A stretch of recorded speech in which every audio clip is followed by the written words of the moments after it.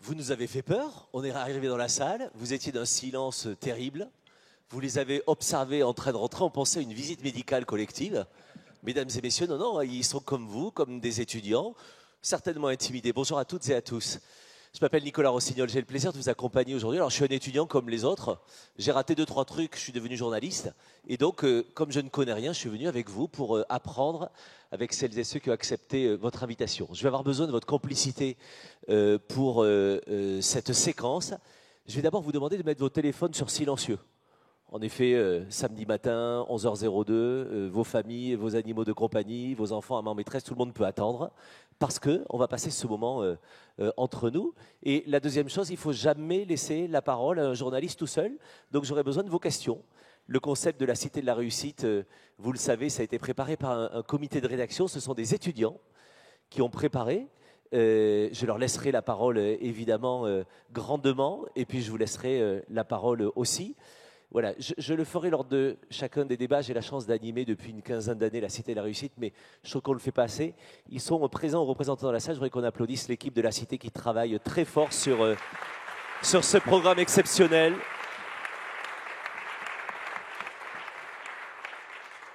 Nos invités ici présents ont accepté votre invitation. C'est vous qui les invitez pour parler de la confiance. Mais vous comprenez bien que moi, la confiance, elle n'est pas innée. Il faut qu'elle puisse venir au fur et à mesure du débat. Donc, j'ai la première question à leur poser.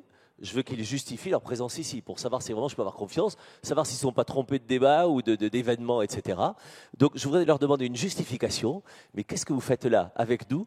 En quoi la confiance vous concerne et en quoi les entreprises que vous représentez sont en quête de nouveaux modèles? Quelles sont les solutions innovantes que vous inventez et que vous continuez à inventer et espérer inventer? Je voudrais d'abord que Marlène Dolvec, qui est à nos côtés, puisse répondre à mon injonction de journaliste curieux. Vous êtes la directrice générale de SNCF Gare et Connexion et vous êtes la directrice générale adjointe du groupe SNCF. Vous êtes en charge de la transformation et du numérique. Des sujets, évidemment, en prennent confiance. Racontez-nous, Marlène, ce que vous faites ici et pourquoi ce sujet vous tient à cœur. La confiance, c'est absolument clé dans les entreprises et je trouve que c'est clé à la fois en tant que citoyenne, en tant que dirigeante et puis je préside aussi une école d'économie et en tant qu'économiste, je trouve que c'est un concept fondamental. Alors, je crois que il faut se poser la question pourquoi on parle de changement, de transformation. On voit qu'on vit un certain nombre de crises, on vit un certain nombre de tensions et on vit un certain nombre de transitions. Les tensions, elles sont géopolitiques, les guerres, les tensions, elles sont démocratiques. On a quand même tous été scotchés le matin de l'élection de Trump et finalement ce centre des États-Unis qui avait pris une couleur toute particulière, qui montre là aussi une certaine polarisation de la société. Puis on a énormément de transitions, qui sont la transition écologique.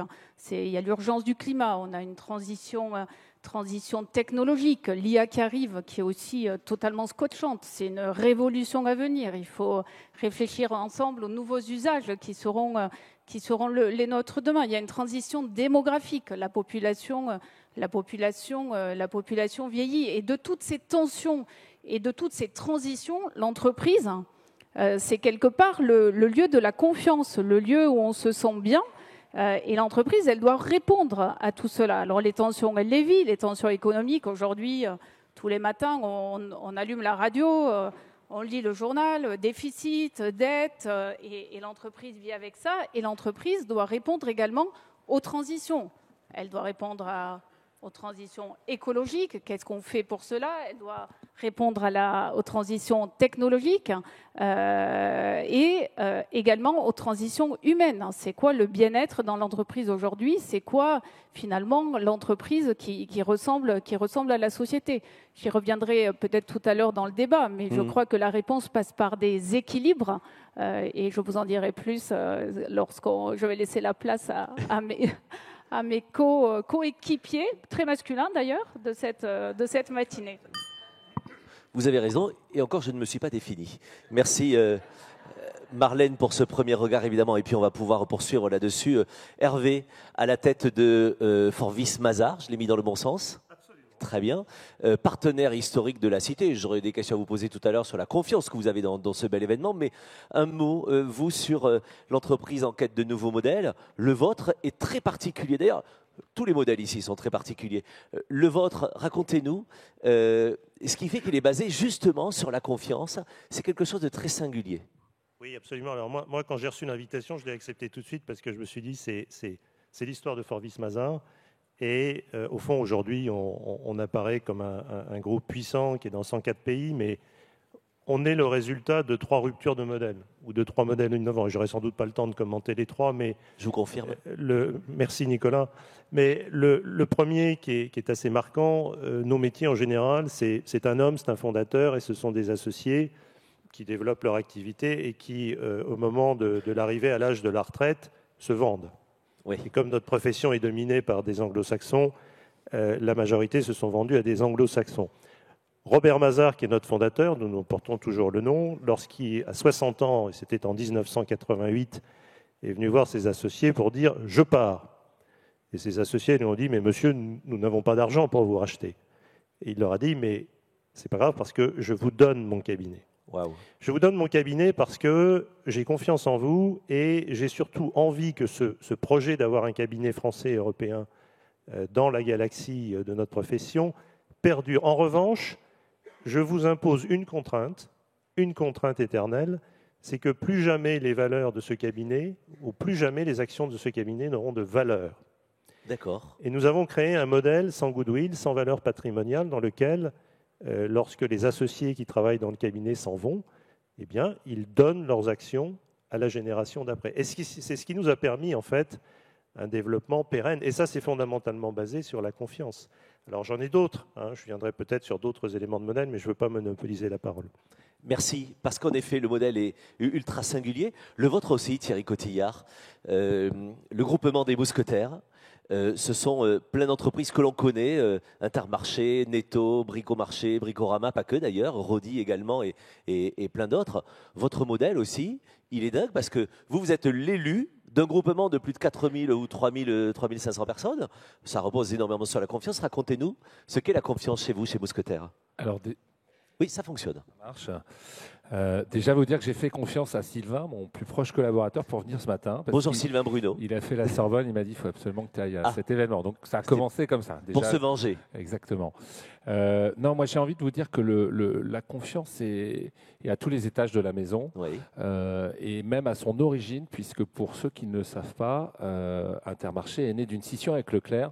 Et donc le fondateur est parti et 70 collègues Leclerc lui ont fait confiance pour croire que la troisième voie existait, c'est-à-dire un modèle intégré qui va jusqu'à avoir ses bateaux, ses usines pour proposer les prix les meilleurs et la qualité. Donc c'était à l'origine et aujourd'hui, vous l'avez dit, on n'est pas nommé, on est élu. Donc Oui. moi, en fait, quand je préside le groupe, à la base, c'est normalement avec la confiance des 4000 associés, ce qui donne évidemment une certaine autorité après pour prendre des décisions pour le collectif.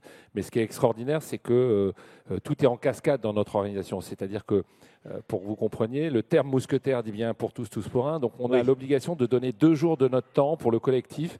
Et donc chaque propriétaire de magasin va travailler en centrale à tous les étages. Et bien évidemment, chacun se fait confiance dans l'idée qu'il a ce service-là à gérer. Et donc tout doit bien se passer si on lui a filé les clés du service. Et puis après, la confiance, pour nous, elle est pas que dans la gouvernance, elle est surtout avec nos consommateurs. Bien sûr. C'est un vrai sujet. On met du temps à la gagner, on peut très vite la perdre, et quand on la perd, c'est sanction immédiate, et on va chez Leclerc ou chez Carrefour. Donc c'est un enjeu perpétuel, c'est ce qui nous oblige aussi à prendre des positions sociétales, parce que dans le spectre du choix des consommateurs, il n'y a pas que le prix, heureusement, le prix est le socle, mais il y a bien évidemment des facteurs décisifs, sociétaux, qui sont de plus en plus importants, et c'est là-dessus qu'on doit avoir une confiance forte de nos consommateurs. Et on va revenir sur ces engagements qui sont forts pour chacune et chacun d'entre vous. Sydney, pareil, vous êtes à la tête d'une très belle entreprise dans le monde de la communication. Alors, la confiance et la communication, c'est toujours un tout petit peu tendu, surtout en ce moment. Racontez-nous, sur quel socle de confiance repose une entreprise pour faire gagner la confiance de ses clients, des produits que l'on accompagne. Racontez-nous quel sens ça a pour vous. Eh ben, le sens, il est extrêmement important. Thierry l'a rappelé, la confiance, elle est au centre de la relation commerciale entre les marques et leurs clients. Et nous, c'est notre métier. Oui. Faire venir, faire acheter, faire revenir, c'est assez simple. Et pour ça, la relation de confiance, elle est cruciale. Donc, on a à la fois la chance d'avoir des clients qui nous font confiance depuis une 40aine d'années. On en est très fiers parce que, a priori, on les aide justement à équilibrer leur communication. Et cette authenticité dont a besoin la confiance, elle est d'autant plus importante aujourd'hui où tout se sait, tout se communique. Thierry l'a aussi rappelé, hein, le bad buzz est vite arrivé et les clients sont de moins en moins fidèles. Ils ont besoin d'avoir des actes, des preuves de cette confiance. Et ça, c'est notre métier, donc je ne m'identifierai pas en tant que spécialiste mondial de la confiance, mais en tout cas, c'est au cœur de notre quotidien. Et ça porte évidemment vos équipes au quotidien et vos clients. Je voudrais qu'on aille dans chacun de vos modèles sur la question de la confiance, l'engagement évidemment des uns et des autres et de vos entreprises, mais d'abord par la transformation. Marlène Dolvec, comment est-ce qu'on arrive à transformer une entreprise historique comme SNCF qui se transforme énormément? On ne le voit peut-être pas assez. Moi, j'ai la chance de vous accompagner depuis 20 ans et de voir les transformations incroyables du groupe. Mais comment est-ce qu'on arrive à transformer pour l'intérêt général? Parce que ça reste une entreprise d'intérêt général. Bien, déjà, peut-être qu'au préalable, en introduction, je n'ai pas redit ce qu'était la SNCF. Aujourd'hui, la SNCF, ce sont 7 sociétés. Oui. Et ce sont des sociétés à la fois qui transportent des voyageurs, à la fois le gestionnaire d'infrastructures de réseau, le gestionnaire d'infrastructures des gares. Ça, ce sont les gestionnaires d'infrastructures qui voient les trains circuler sur leur voie. C'est le fret, mais c'est aussi Keolis et Géodis. Géodis, c'est du transport de marchandises, de la logistique, et Keolis, ce sont des transports urbains. Donc c'est une énorme boîte, et c'est vrai que d'ailleurs quand on parle de clients, chez nous c'est compliqué parce que c'est absolument polymorphe. On a les voyageurs qui passent dans les trains tous les jours, on a des clients entreprises en quantité et beaucoup de collaborateurs. Donc la confiance, elle se porte à 2 titres. Elle se porte sur les collaborateurs et elle se porte aussi pour l'ensemble des clients. D'ailleurs, les Français aiment la SNCF, adorent la SNCF, et je pense qu'on est tous fiers ici dans la salle d'avoir cette entreprise ferroviaire. Et ça, c'est de la confiance qui arrive à faire circuler 15 000 trains tous les jours, 28 000 kilomètres de voies qu'il faut entretenir, restaurer. Et donc tout ça, c'est un sacré job. Et je sais que de temps en temps, la SNCF est un peu bâchée, mais je sens que vous tous, dans vos cœurs, vous l'adorez fondamentalement. Bien. Donc la SNCF, comment vous pourriez on fait ? le dire un peu plus souvent que la seule fois où vous dites que le train arrive en retard, alors que jamais vous postez sur le fait que le train est arrivé à l'heure. Vraiment, ça vous ferait souffrir de le dire. Oui, surtout qu'aujourd'hui, la SNCF, si on se compare en Europe ou si on se compare dans dans le monde, mis à part peut-être les Japonais ou les Suisses. Aujourd'hui, on peut être absolument fier de notre système ferroviaire. Donc ça, c'est le cœur de la confiance. Et le cœur de la confiance, il est aussi dans les équilibres que l'on gère à l'intérieur de cette entreprise. Mais comme vous tous, aujourd'hui, on gère les équilibres entre l'économique et le social. L'économique, c'est faire de la productivité, baisser ses coûts. Et puis le social, c'est s'adapter aux hommes et aux femmes, les écouter, avoir des pactes sociaux avec eux. C'est l'économique et l'écologique. Comment je gère les deux, comment à la fois je gère une écologie qui coûte parce qu'il faut investir et donc l'économique que ça engendre. Et en même temps, on a nous comme force d'être au cœur d'un système décarboné, puisque le train est décarboné et de fait, on encourage ce moyen de transport. Les équilibres, c'est absolument clé. Les équilibres des normes, par exemple. Aujourd'hui, on voit bien qu'on est surnormé dans une boîte aussi sécuritaire que nous. Il y a des réglementations de sécurité, des réglementations européennes. Et il y a une tendance à vouloir simplifier. C'est pas pour faire plaisir au gouvernement, mais on est fondamentalement convaincu au sein de la SNCF qu'il faut engager aujourd'hui un certain nombre de transformations à ce niveau-là, de transformations, de simplification. Et puis après, il y a l'équilibre des vies, les équilibres des vies privées, les équilibres des vies professionnelles. Ça aussi, l'entreprise doit absolument s'engager. Et puis les équilibres qui sont ceux de la diversité. Finalement, la transformation, c'est ressembler au monde qui est le nôtre aujourd'hui pour servir nos clients. Et donc, je reviens à la diversité. C'est la diversité homme-femme. C'est le handicap. On a d'excellents résultats à la SNCF sur le nombre de personnes handicapées qui sont dans nos équipes. On est au-delà de la législation. Donc voilà, c'est vraiment pour moi la confiance dans un monde un peu polarisé, dans ce monde où finalement l'entreprise, c'est la confiance, c'est gérer les équilibres pour ne pas être dans le rapport de force. Merci de le rappeler et de nous le raconter ici. Thierry Cotillard, la confiance dans l'engagement sociétal, chez vous, il est au cœur vraiment du modèle, au cœur de chacun des magasins. Tous les couples, ce sont souvent des couples de commerçants, d'entrepreneurs, etc. La confiance, elle est aussi sur un modèle de dingue. Vous êtes le plus gros pêcheur sur le marché parce que vous venez avec vos poissons, voilà, vous venez avec votre viande, vous venez avec... En fait, il y a quelque chose de très particulier qui vous singularise et qui est quelque chose d'ultra innovant, mais depuis longtemps. On a innové quand on a quitté Leclerc pour penser qu'il fallait maîtriser toutes les filières. Je dirais ce qui nous fait nous adapter, on est un peu moins en situation monopoliciste comme la SNCF. C'est vrai. Donc on a quand même des compétiteurs qui nous obligent à bouger nos lignes. Donc la première force qu'on a, c'est l'agilité. Oui. Et pour revenir sur le thème de la confiance, il y a un point qui est important à souligner, c'est quand même pour tous avoir fait le pas et avoir cru en sa capacité à être chef d'entreprise et avoir confiance en soi-même pour y aller, parce que c'est quand même pas simple, et dans ce système pour adhérer au groupement des mousquetaires. Donc dans tout ça, je dirais l'agilité des mousquetaires, ça va être d'être au plus près de ce qui nous fait nous adapter, c'est-à-dire le consommateur. Oui. Parce que en étant au contact toutes les semaines avec lui, on sait exactement ce qu'il a besoin. En étant indépendant, on peut adapter nos offres, nos propositions commerciales, et puis surtout avoir les politiques nationales portées par les adhérents qui croisent les attentes du consommateur. Donc l'innovation, elle est au cœur de nos stratégies, parce que dans cette guerre des prix qui revient, parce que on est quand même sous pression du sujet du pouvoir d'achat. La création de valeur passera par l'innovation. Donc on essaye de le faire sur des produits. Les marques de distributeurs sont aujourd'hui en plein essor et c'est plus la copie de la marque nationale. On a des vraies thématiques d'innovation.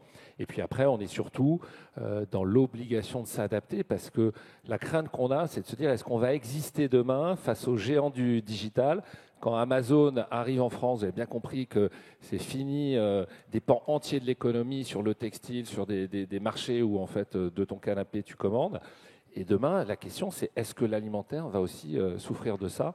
Et donc on a l'obligation d'investir énormément dans le digital, dans l'IT, dans l'IA pour faire face à des géants avec la lecture qu'on a, qui aura des mastodontes mondiaux du digital et j'espère des champions nationaux, bien sûr. Des vrais commerçants parce qu'on défend aussi un modèle de proximité. C'est-à-dire que pour beaucoup de Français, dans certains villages, alors on n'est pas très présent à Paris, mais quand vous allez en province, maintenant, en plus avec l'opération Casino, on a repris 300 points de vente, on a un point de vente tous les 10 km, donc on est dans tous les cantons. Et j'ai envie de dire, c'est un lieu de vie sociale qu'on défend, parce que c'est là où on va faire ses courses, mais c'est là aussi où on croise son voisin, on discute. Et c'est un modèle qu'on veut évidemment défendre vis-à-vis des géants américains ou chinois. Je rappelais que Thierry, avant d'être le président de Mousquetaires, il est également commerçant puisqu'il a son Intermarché à Issy-les-Moulineaux. Quand vous allez faire vos courses à Issy-les-Moulineaux, c'est chez lui. Voilà. Deuxièmement, l'innovation, j'en dis justement parce que j'ai vu dans votre actu, l'innovation, c'est aussi savoir réagir aux enjeux de société. C'est votre réponse aux craintes face au Mercosur, c'est de dire on prend une position très forte dans le groupement Mousquetaires. Nous, en fait, on a un lien avec le monde agricole un peu plus que les autres, puisqu'on ne vend pas ce qu'on achète, on vend ce qu'on a produit. Donc, on a nos abattoirs avec lesquels on a évidemment des contrats avec des agriculteurs. Donc, notre position, c'est de ne pas accepter qu'on soit sous contrainte en France, à juste titre, de cahier des charges environnementaux, sanitaires, et accepter une concurrence qui soit déloyale, qui va être la fin de l'agriculture. Donc, on a pris une position, bien évidemment, pour soutenir la position de la France, en disant notamment, si c'est voté, parce qu'il y a un vrai risque que ça passe au niveau européen, on s'interdira. Alors l'annonce facile, c'est de dire on s'interdit de vendre la viande ou le poulet du Brésil. Mais on va aller plus loin, parce qu'en fait, la réalité, c'est pas là que se jouent les gros volumes. Les gros volumes, c'est dans les plats préparés, dans tout ce qui est fabriqué industriellement. Et donc, on a pris l'engagement cette semaine de dire si l'Europe donne son go, nous, on fera un boycott et on ne mettra rien qui arrive de ces pays dans nos plats préparés et dans tout ce qu'on fabrique. Ça, c'est une position. Et puis après, il y a des positions aussi pour soutenir la ferme France, puisque c'est quand même un sujet d'actualité.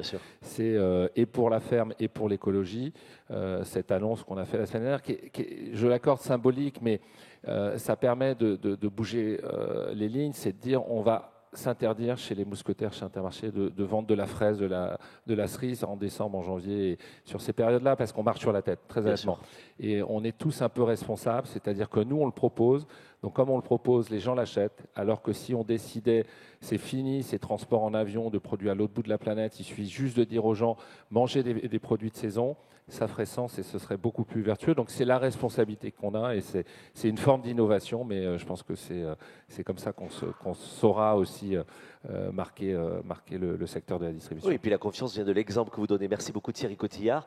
Un mot Hervé, quand on voit des entreprises qui prennent des décisions, il y a des auditeurs à côté, il y a des consultants, il y a des conseils, vous en faites partie. Comment est-ce qu'on arrive à accompagner ses clients vers plus de confiance, pour produire de la confiance, innover dans ce sens-là?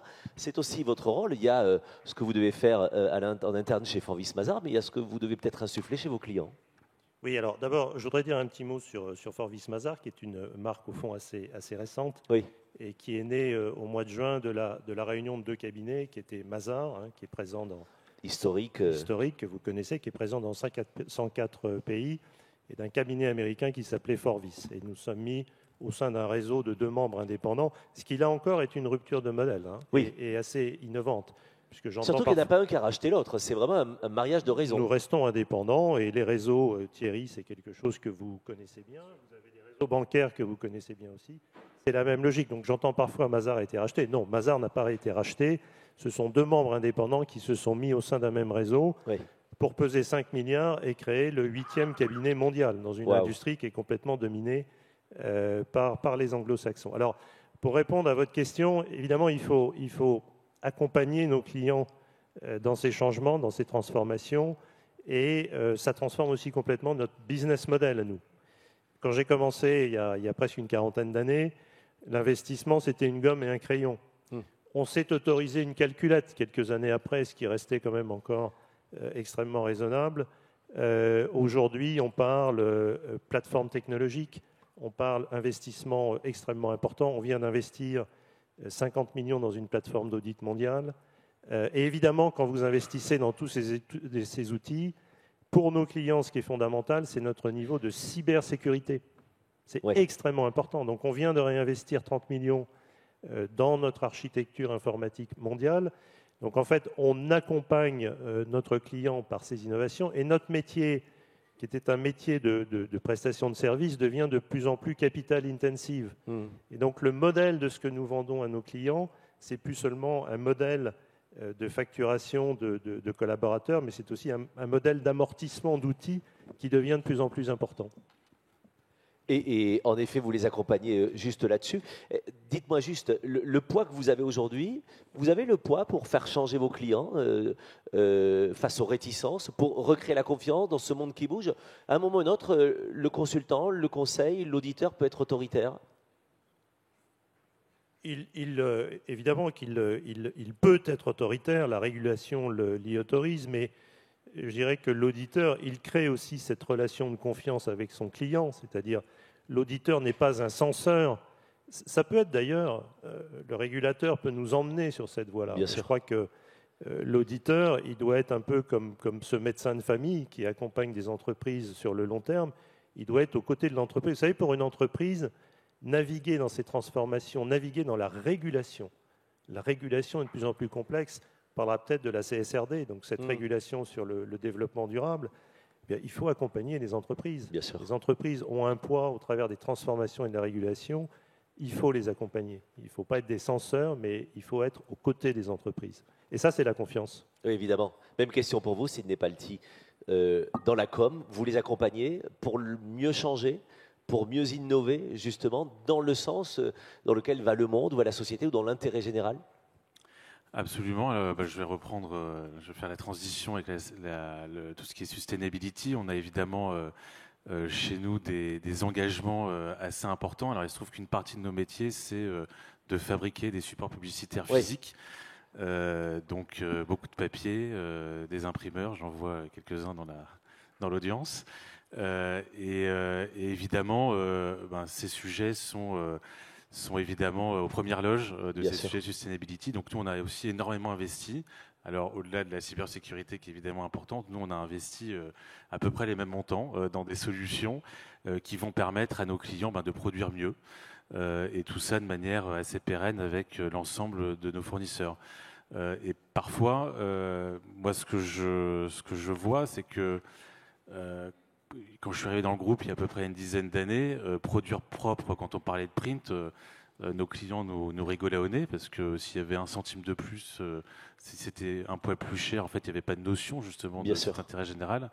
Et aujourd'hui, alors moi je suis assez fataliste, mais ça peut être positif. Je ne suis pas sûr que tout le monde dans les entreprises soit convaincu, mais en tout cas, il y a un dictat du marché. Aujourd'hui, une société qui produit de manière non propre, elle va être moins cotée, elle va être moins aimée par les actionnaires et tout l'écosystème. Donc aujourd'hui, tous nos clients en fait ont une obligation, et nous, c'est aussi évidemment par ricochet une obligation pour nous.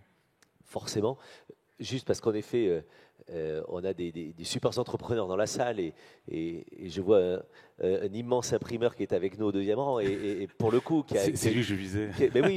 Qui a une part géniale sur le marché. Mais comment est-ce qu'on arrive finalement à suivre l'évolution de la société sans se tirer une balle dans le pied finalement, en disant j'accepte de perdre des parts de marché, j'accepte de produire trop de bâches, trop de bouquins, trop de papier. En fait, aujourd'hui, nous, ce qu'on essaie d'expliquer à notre écosystème, donc nos clients, nos fournisseurs, c'est qu'on n'est pas obligé de rentrer dans le paradoxe. Oui. On peut produire bien et mieux. C'est pas parce qu'on produit proprement que c'est forcément plus cher. Oui.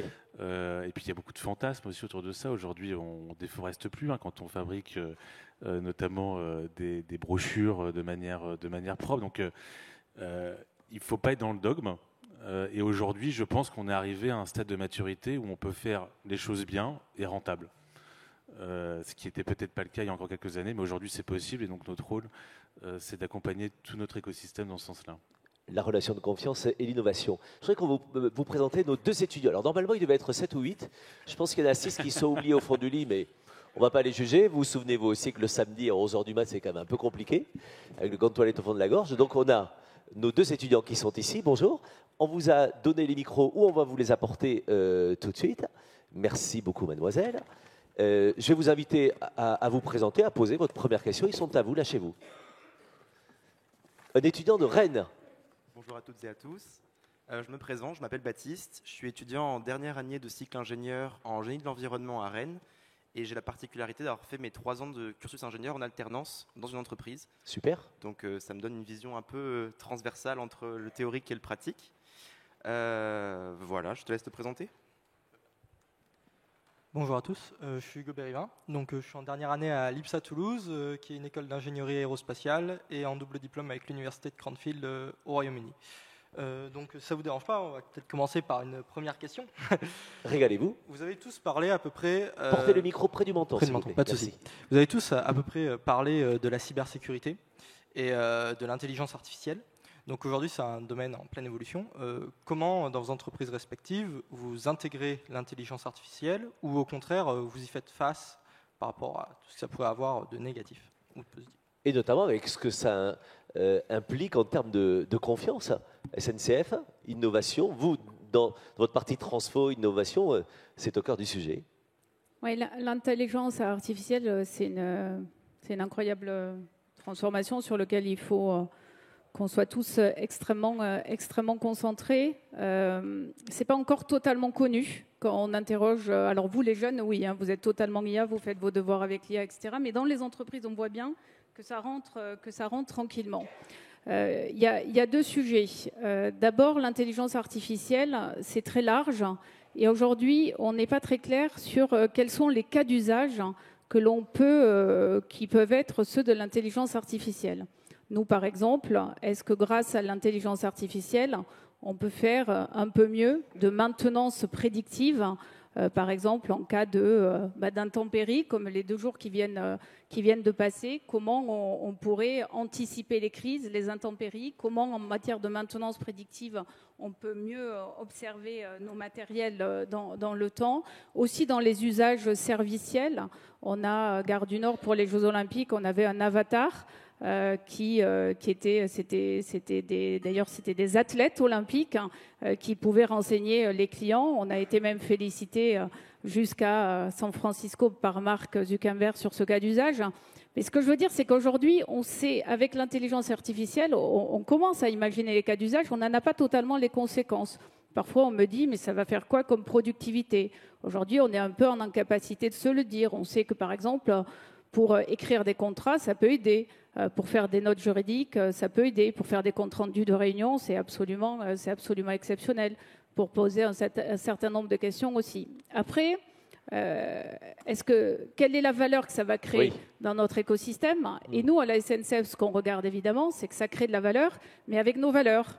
Et nos valeurs, c'est de rester écologique, de faire attention à la planète. Et on sait bien que l'intelligence artificielle a des impacts sur le green.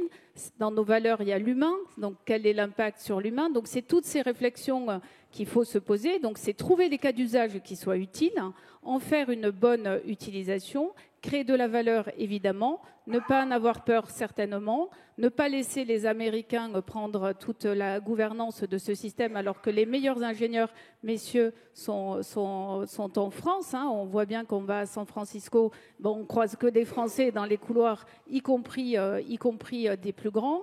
Il ne faudrait pas, comme pour les éditeurs, se retrouver avec une vraie souveraineté ailleurs. Donc, il faut, évidemment, c'est ce que je dis là, c'est compliqué parce qu'il faut beaucoup d'argent.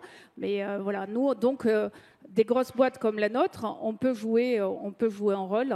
Et en tout cas, moi, j'ai confiance en l'intelligence artificielle. Et en tout cas, aujourd'hui, ça serait une grosse erreur de se dire qu'on n'y va pas. C'est comme quand les robots sont arrivés, tout le monde était effrayé. Et si on n'y était pas allé, ou si d'autres y sont allés, d'autres pays y sont allés parfois avant nous. Et ça crée un sujet de compétitivité. Jeune homme dans l'ingénierie, allez les voir. Moi, j'ai découvert les équipes innovation du groupe SNCF, c'est dingue. Ils font des trucs incroyables que l'on va découvrir dans les 10-20 prochaines années. Mais tout est incroyable à la SNCF. Tout est incroyable. Des équipes. Voilà, je vous redis confiance dans cette belle entreprise. Marlène, laissez-moi le dire, ça a beaucoup plus de portée si c'est moi qui le dis. Hervé, je vous ai vu réagir. Oui, non, on est probablement, nous on fait un métier d'audit et de conseil, on est probablement ceux qui vont être les plus impactés par l'intelligence artificielle. Et au fond, on a 2 vagues de révolution. La révolution du big data, qui a été une première. Donc ça nous permet quoi, le big data? On peut aujourd'hui, je prends l'imprimé de monsieur, on peut imprimer des millions et on peut injecter des millions et des millions d'écritures comptables dans des outils et puis vous sortir tous les atypismes possibles et imaginables en termes de recherche de fraude, en termes de validation d'informations. On a évidemment fait des pas de géant. La deuxième étape, c'est évidemment parce que là, il n'y a pas d'intelligence artificielle là-dedans. L'intelligence artificielle, je prends un exemple, on fait énormément de consultations techniques pour nos clients sur l'analyse des normes comptables. Bon, vous réalisez vite que si vous injectez des millions de pages de normes comptables, qu'elles soient internationales, américaines, françaises, et 20 ans d'historique de consultation, eh bien, l'intelligence artificielle, elle va vous sortir d'abord 20%, et puis par le machine learning, 30%, puis 40%, puis 50%. Et donc, vous allez progressivement complètement transformer votre modèle. Et donc, il y a deux questions. D'abord, est-ce que ça peut aller à 100%? Non, jamais, parce qu'il y a une partie de jugement qui, celle-là, va rester. Et c'est ça qui va créer la confiance. C'est le jugement de l'humain dans le processus d'intelligence artificielle, où on sait très bien qu'il y a des biais. Et puis, la deuxième question, c'est comment on organise un modèle où on passe de 100% à peut-être seulement 20% à la fin. Donc ça, c'est des ruptures de modèle qui sont extrêmement importantes, mais je peux vous dire, ça va super, super vite. Évidemment. Je vois la réaction de Sidney et de Thierry. Thierry. Peut-être réagir sur le sujet de la cybersécurité, qui est un vrai sujet. Dans notre groupement, ça fait déjà quelques années. On a des équipes dédiées. Aujourd'hui, c'est 15 personnes à temps plein. Waouh. Et on n'a pas le choix. Et je pense que demain, on en aura 30 ou 40. Parce qu'on est une cible assez facile. On a 11 millions de cartés.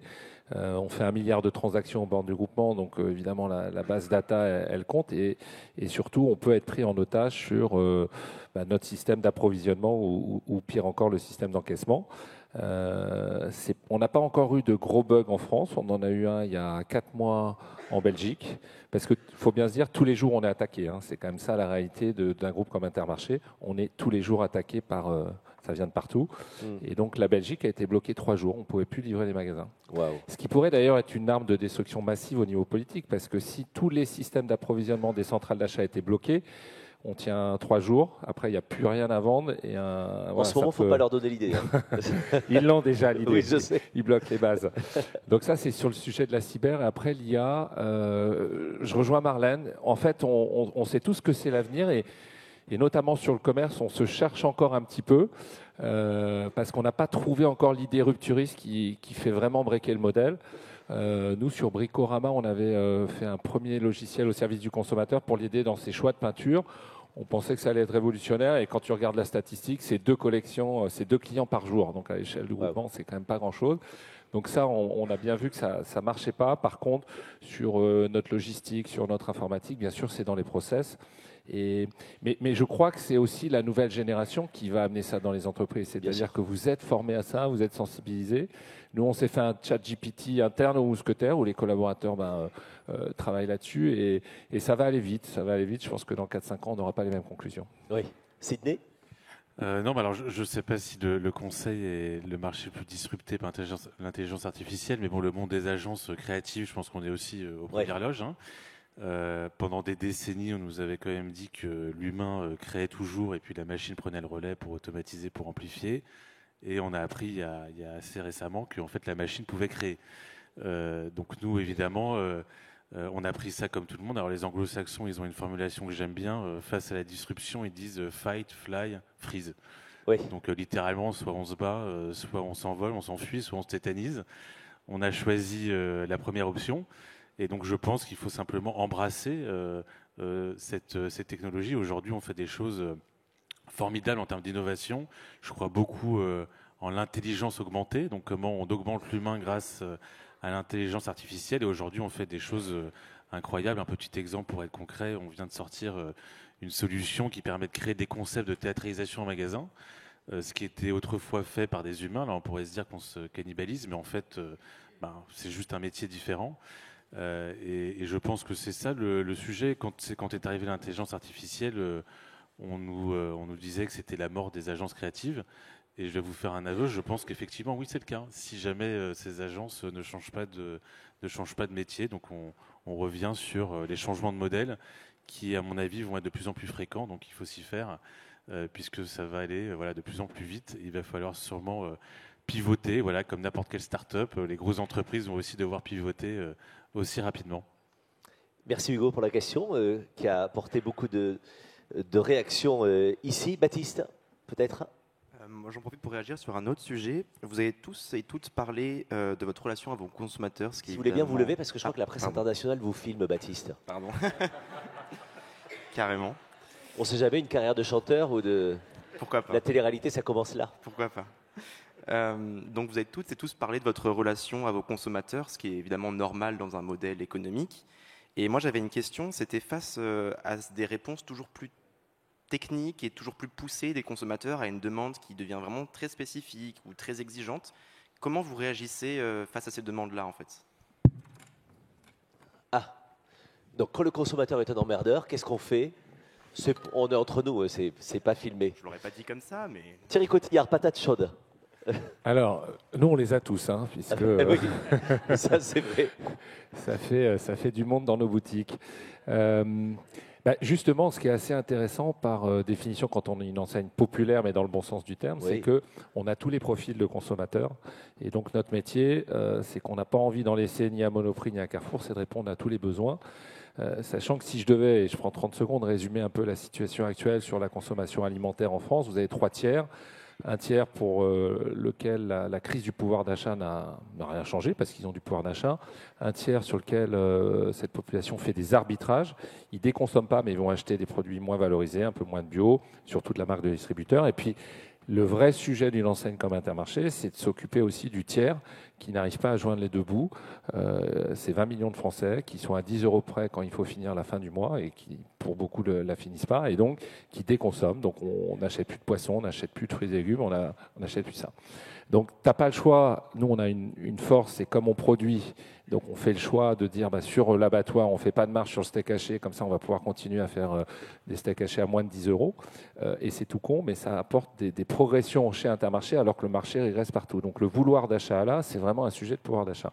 Donc, le sujet du pouvoir d'achat pour une grande partie des Français est évidemment traité, mais on a aussi le premier tiers où les sujets, c'est des engagements sociétaux. Donc, c'est fromage et dessert. C'est-à-dire qu'il faut bien sûr se battre sur le prix, mais ce serait totalement à côté de la plaque de ne pas s'occuper d'engagements sociétaux sur le revenu des agriculteurs, sur évidemment le bilan carbone. Et il y a vraiment des publics qui trouvent leur compte et leurs produits chez nous parce qu'on s'est interdit en soutien au monde agricole de vendre du lait premier prix. Donc ça va commencer à 80 centimes. Mais quand il y a eu C'est qui le patron, notre laiterie a dit, les éleveurs m'ont écrit, m'ont dit mais nous on veut faire la même chose, il n'y a pas de raison, si les consommateurs sont prêts à payer plus cher, ce serait vraiment dommage parce que nous on en vivrait mieux. On a lancé, les éleveurs vous disent merci. Donc en gros, c'est la MDD de C'est qui le patron. J'en parle parce que Nicolas Chaban intervient cet après-midi. C'est quand même lui qui a ouvert la voie de cette idée qu'on pouvait créer plus de valeur pour la redistribuer mieux. MDD, on parle de marque distributeur. Donc les marques. Et donc cette brique de lait, elle est vendue 1,16 €, qui est quand même 30 centimes de plus ou 20 que la normale, sauf qu'elle fait 35 millions de litres. Et donc, en fait, à ce prix-là, c'est payé ensuite à l'agriculteur 56 centimes. Et à 56 centimes, il s'en sort. Et donc, il n'a pas de sujet de transmission. On y met aussi des cahiers des charges, donc sans OGM, pâturage, etc. Mais donc, c'est bien notre responsabilité de jouer toutes les partitions, c'est-à-dire de répondre aux besoins de l'étudiant qui finit pas le mois et de celui qui est prêt à aider des agriculteurs. Mais c'est intéressant, ça veut dire que le champ du possible est incroyable. Énorme, et donc, on peut jouer plusieurs partitions. Avec un engagement très fort, le fait d'être les 4000 commerçants, ils ont sur les 1000 produits, j'ai découvert ça récemment, mais sur les 1000 produits à prix bas pour l'inflation, etc., il y en a 350 qui sont produits sans marge ou très peu de marge. C'est vous qui prenez votre risque là-dessus pour les consommateurs. Qui veut répondre à la question de Baptiste, Marlène? Oui, non, Baptiste, je crois qu'en fait, ce qui est très important là, c'est d'aller un peu dans l'économie comportementale. C'est de la micro là. Il faut aller comprendre nos clients, comprendre nos consommateurs, ceux qui utilisent pour nous le ferroviaire, et adapter les réponses. Donc il faut les observer. Alors c'est vrai, il y a les penseurs, il y a les faiseurs, mais là c'est vraiment dans le faiseur. Il faut aller regarder. Si je prends l'écosystème d'une gare. comment j'arrive à la gare? Est-ce que j'ai des gares dans les territoires que je veux desservir? Est-ce qu'il y a des endroits en France, et ça c'est une vraie volonté du président Farandou depuis presque 5 ans maintenant, d'être partout dans les territoires pour irriguer en grand. Donc dans quel territoire? Comment j'arrive à la gare? Comment je repars de la gare? Quelle est la signalétique à l'intérieur de la gare pour me retrouver? Et une fois que je suis dans la gare, aller prendre mon train. Et c'est vraiment toutes ces observations qui fait qu'on y donne un certain nombre de réponses. Vous voyez, par exemple, nous, on s'était rendu compte que les clients stagnaient parfois pendant, 20 minutes devant les grands panneaux d'information voyageurs dans la gare. Oui. Et ma directrice marketing a eu une incroyable idée. Elle a dit, moi, je vais faire le panneau d'information dans la poche. Et on a une nouvelle application, Ma Gare SNCF, qui permet d'avoir le même panneau d'information que vous avez en grand dans les crises. Quand il y a crise, il n'y en a jamais, mais imaginez qu'un jour il y ait des intempéries quelque part et qu'un train, qu'il y ait un arbre qui tombe et que le train soit en retard ou que quelqu'un ait malheureusement abandonné son bagage dans le train. Eh bien, vous attendez devant le panneau d'affichage de manière systématique. Mais là, vous pouvez aller prendre un café et puis regarder votre application. Donc c'est vraiment... allez, vous êtes étudiant, vous, vraiment, je vous encourage à pousser la microéconomie dans l'analyse des comportements, et surtout l'économie comportementale. C'est la prof d'éco qui parle. Je voudrais juste un petit mot là-dessus. La prof d'économie que vous êtes, on a de la chance de vous avoir aujourd'hui parce que votre livre sort dans quelques jours. L'économie comme je l'aime et veut la faire aimer. C'est quand même rare que quelqu'un écrive un bouquin en faisant une déclaration d'amour comme ça. Ça se fait dans les 3 premiers mois de la relation, dans les lettres qu'on écrit, après on oublie. Marlène, vous, l'économie comme je l'aime et veut la faire aimer. Un mot là-dessus. C'est la prof d'économie qui s'est dit, je veux pousser un cri du cœur. On ne l'aime pas assez, on ne le dit pas assez. Racontez-nous. Non, en mai 2023, je suis élue présidente du conseil d'administration de Toulouse School of Economics. Et c'est d'ailleurs qui a produit des jolis prix Nobel. Jean Tirole qui a préfacé le livre. Et là, je me dis finalement quel a été l'impact de l'économie sur toute une vie, à la fois en démarrant comme prof d'économie, puis comme dirigeante pendant de longues années. Et dans l'économie, j'ai beaucoup trouvé, à la fois, et beaucoup dans la microéconomie et l'économie industrielle, qui sont l'étude des comportements, les méthodes de l'économie industrielle pour décider d'une stratégie. Et moi, ma conviction en tant que citoyenne, c'est qu'aujourd'hui, il faut comprendre les gens, il faut aller chercher dans le bonheur, il faut aller chercher dans l'humain. Et d'ailleurs, l'économie est une science résolument humaine, parce que je le disais en introduction tout à l'heure, mais je crois qu'on a un vrai sujet sur le fait de stopper l'emphase des plateaux télé et d'aller lutter contre cette polarisation affective dont parle Jean Tirole dans la préface de ce livre. Et beaucoup des clés sont dans la micro, dans l'écoute.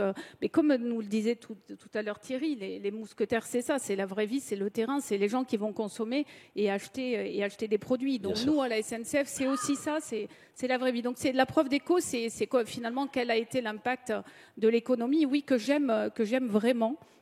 Qui est dans tout un parcours. Donc voilà. Merci pour cette question. Je vous en prie. C'est le premier. J'espère que c'est pas le dernier parce que c'est une vraie déclaration pour ceux qui adorent tous les entrepreneurs ici, tous les gens qui aiment l'économie. Allez-y, ça fera du bien aussi à transmettre aux autres générations.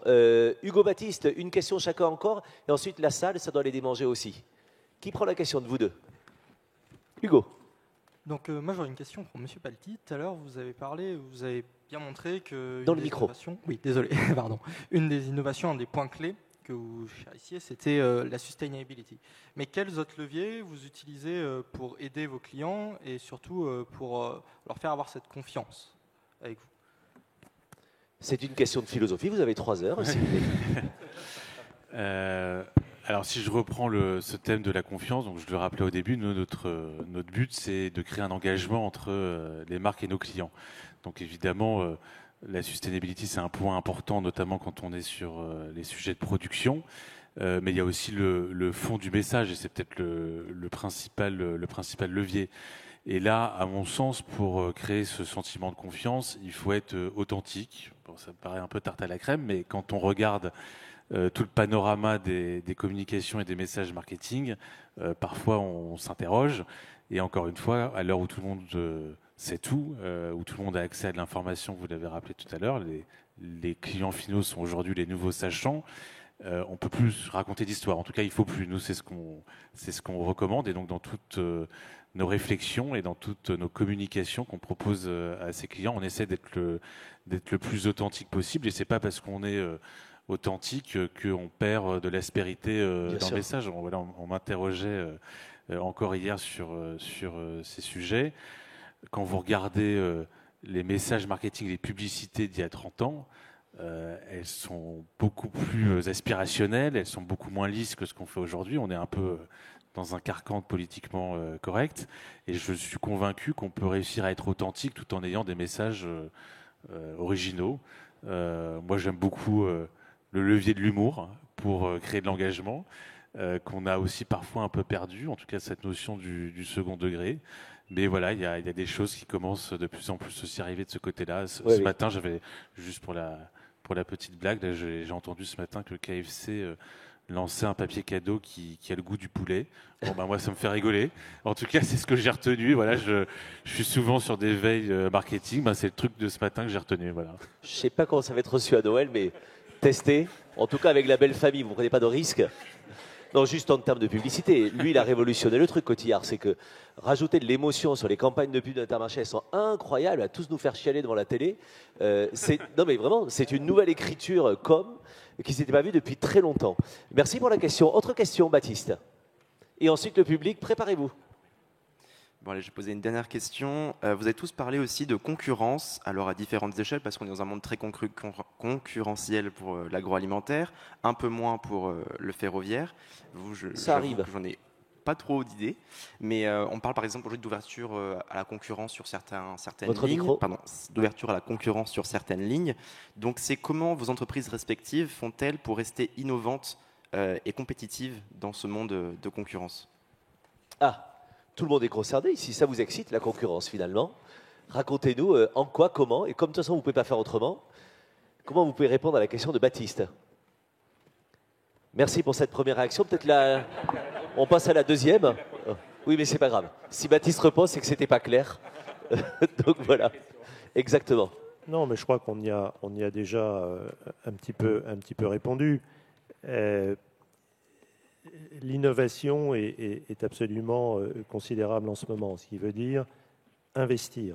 La première réponse, c'est que nos métiers, et il faut que nos clients arrivent à s'en convaincre, nos métiers sont des métiers dans lesquels on investit de plus en plus. Et donc, il y a une partie, je dirais, de réactive, c'est-à-dire qu'on réagit à l'évolution de l'environnement et on adapte nos modèles à l'évolution de l'environnement. Et il y a une partie prospective. Moi, le deuxième élément qui me frappe chez nous, c'est le niveau de la recherche qui, encore une fois, n'existait pas avant. Pour vous donner une idée, on a créé 12 laboratoires d'innovation dans 12 pays différents qui chacun sont sur des domaines, un sur l'intelligence artificielle, un sur le big data, d'autres sur des technologies encore plus complexes. Donc voilà, c'est ça la réaction, l'adaptation, c'est investissement, recherche et technologie qui sont dans des métiers comme les nôtres, qui étaient fondamentalement des métiers d'hommes et de femmes, est un élément complètement nouveau. Pour compléter, Marlène? Oui, pour compléter, on peut aussi, dans la compétitivité, il y a l'efficacité opérationnelle. C'est le fait de faire bien, de bien produire et d'être dans l'excellence du service. Mais après, la concurrence, ça stimule. Mais derrière la question, parce que vous me regardiez quand vous l'avez posée, les entreprises monopolistiques ne sont pas, parce qu'elles sont monopolistiques, ne fonctionnent pas sans regarder à produire le moins cher et aller chercher le plus de chiffre d'affaires possible, voire à réduire leurs charges. D'autant plus qu'un certain nombre de monopoles sont régulés par des autorités de régulation qui s'assurent aussi de la compétitivité. Donc, dans chacun des modèles, de toute façon, la compétitivité est à aller chercher. Donc, la concurrence ouvre à des offres différentes, qui peuvent être des offres marketing, des offres de services. Mais je ne suis pas une grande convaincue que ça soit une clé de compétitivité ultime. Chaque entreprise est responsable, hein, et quand vous êtes société anonyme, quel que soit votre domaine d'activité, votre job, c'est de créer de la valeur. Et les monopoles cherchent aussi à créer de la valeur. Donc là, vous allez encore plus aimer la SNCF. Exactement. Les autres étudiants dans la salle, avec ou sans cheveux, blanc ou pas, étudiant éternel. Monsieur, vous avez levé la main au fond avec un tel engouement qu'on va vous envoyer le micro. Très bien. Vas-y. Non, très bien. Allez-y, je vous en prie. Bonjour, je vous invite à vous présenter, s'il vous plaît. Oui, bonjour. Bonjour, je suis Alexis Koumotat. J'ai entendu des entrepreneurs et entrepreneuses commerçants, et super, merci beaucoup, sauf Monsieur Elias qui a évoqué les collaborateurs. J'ai l'impression d'un triangle de confiance, parce qu'on parle de confiance, voire un triangle amoureux. Et donc, comment est-ce que vous animez ce triangle dans la relation de confiance avec les consommateurs que vous avez beaucoup évoqué, mais cette confiance avec les collaborateurs? Alors, ils en ont tous parlé subliminalement déjà, mais pour aller plus loin, si c'est Hervé et tous les autres, bien sûr. Non, merci, monsieur. D'abord, je suis très heureux que vous abordiez la question des collaborateurs, parce que je pense qu'il y a des ruptures de modèle sur le marché du travail qu'il faut absolument qu'on aborde ici. Alors, quand j'avais préparé cette table ronde, je dirais 2 chiffres. D'abord, vous avez un jeune sur 2 entre 18 et 30 ans qui veut monter son entreprise, et vous avez 61% des salariés qui aujourd'hui pensent à devenir auto-entrepreneurs. Ça ne veut pas dire qu'ils le feront, oui. Mais ça veut dire que le modèle du salariat traditionnel tel qu'on l'a connu, c'est un modèle qui est probablement arrivé en rupture. Et pour nous, qui avons 90% de nos collaborateurs et de nos équipes qui ont moins de 30 ans, c'est absolument fondamental. Alors, puisqu'on parle de modèle, je pense qu'on a des exemples à donner, et c'est important que vous ayez ça en tête. Nous, par exemple, on a fait une expérimentation depuis 2 ans, c'est qu'on a fait sauter la clause d'exclusivité de nos contrats de travail. Ce qui, évidemment, pour nos associés, a été une question assez cruciale. Surtout dans un monde où, quand même, ça s'échange beaucoup les consultants d'un cabinet à l'autre. Alors, évidemment, on a quand même une clause de non-concurrence. Mais un jeune, chez nous, peut tout à fait devenir auto-entrepreneur. Et on en a quelques-uns, on a quelques exemples. On a un garçon qui est DJ et qui a monté son entreprise, qui a une entreprise auto-entrepreneur. Et donc, en fait, on répond à cette aspiration libertaire de la jeune génération. C'est pas qu'elle veut travailler moins, c'est qu'elle veut travailler complètement différemment, et surtout, elle veut travailler dans un climat de confiance où elle n'est pas jugée sur le nombre d'heures qu'elle va venir faire au bureau, mais elle est jugée sur la qualité de ce qu'elle va délivrer, et surtout, elle veut avoir la possibilité de faire autre chose. La possibilité, elle ne va pas forcément le faire, c'est la liberté de faire autre chose. Donc là, et on a plein d'initiatives RH qu'on a mis en place qui fonctionnent fondamentalement sur le modèle de la confiance. Oui, je vous ai vu prendre plein de notes, Thierry, et Marlène aussi. Allez-y, je vous en prie. Bien, le micro. Ah non? Oui. Je vous ai vu réagir aussi. Vous vouliez prendre... J'y vais tout de suite. Oui, nous, les collaborateurs, c'est évidemment absolument clé. Je le disais tout à l'heure quand je parlais des équilibres entre l'économique et social, l'économique et l'humain. L'humain, dans une entreprise, c'est... alors je vais citer Ford, hein, j'aime cette citation, ce qu'il y a de plus important n'apparaît pas au bilan d'une entreprise, c'est sa réputation et ses hommes. Les hommes, c'est absolument clé.